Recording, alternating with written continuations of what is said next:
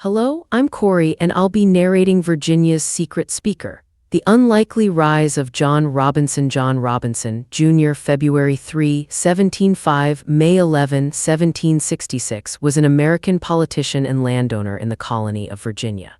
Robinson served as Speaker of the House of Burgesses from 1738 until his death, the longest tenure in the history of that office. John Robinson's early years and family background shaped his destiny in unexpected ways. John Robinson was born to the former Catherine Beverly in Middlesex County and her planter husband John Robinson, both of the first families of Virginia. His father would soon become one of the two members of the House of Burgesses representing Middlesex County, serving alongside his uncle Christopher Robinson. Robinson's father would ultimately serve on the Governor's Council, the upper house of the Virginia General Assembly, the House of Burgesses being the lower house, for 28 years, including a brief term as acting governor until his unexpected death on August 24, 1749. Another uncle, also Bishop John Robinson, was known for his loyalty to the Crown and diplomatic expertise.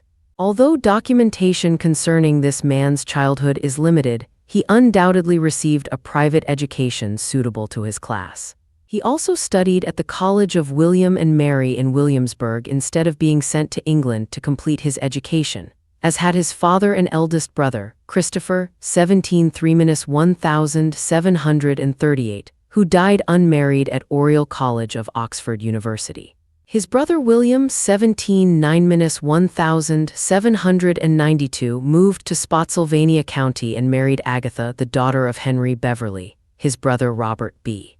1711 became captain of the East Indiaman and would be buried at Gravesend in England, and Henry, 1758, would marry Mary Waring.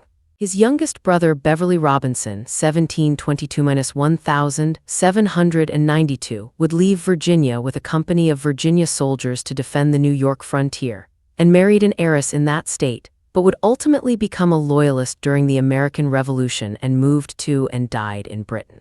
The family also included sisters Mary Robinson, 1707, and Catherine Robinson Wagoner, 1776. Robinson married 3 times, surviving his first 2 wives, but his only descendants are by his daughter Susan of his final marriage. His first wife was Mary Story or Story.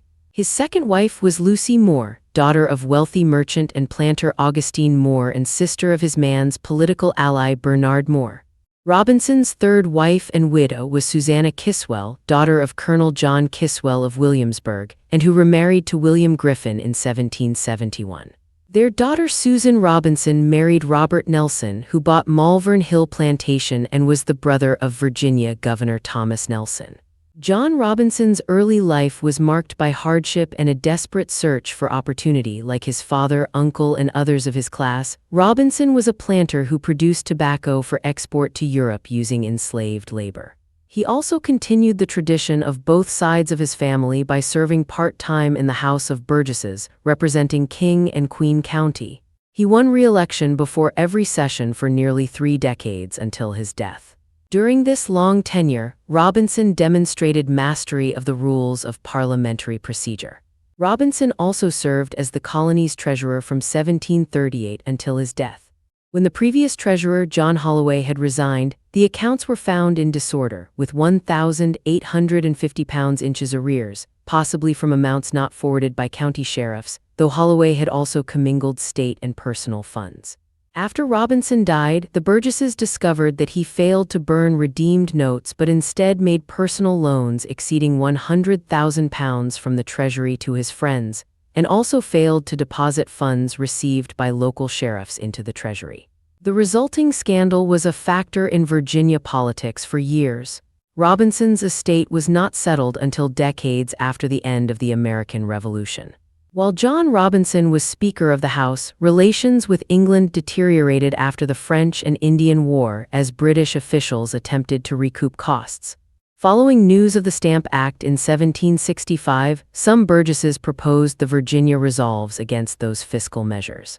After Patrick Henry's speech favoring the resolution, Robinson shouted, "Treason, treason."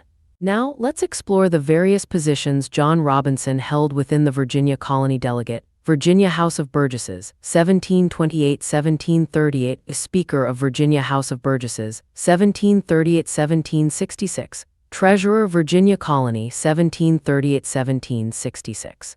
Following Robinson's death at his Maine plantation on the night of May 10/11, possibly from an attack of kidney stones, his administrators found he had very large debts, as well as promissory notes from a number of fellow planters who were his allies in the House of Burgesses. A committee established to examine the Treasury accounts found an arrearage of £100,761. Robert Carter Nicholas, his successor as treasurer, criticized him by name in the Virginia Gazetter, and as a result of the ensuing scandal, the two offices were not combined again. Peyton Randolph succeeded him as Speaker, but chose not to administer Robinson's estate. Although 3 lawyers were appointed as the estate's administrators, Peter Randolph soon died. Peter Leon chose to not participate actively. And Robinson's former ally Edmund Pendleton performed most of the work, trying to both repay creditors and limit the scandal tarring Robinson's former beneficiaries. John Robinson's clandestine role as Virginia's secret speaker dramatically altered the course of American history.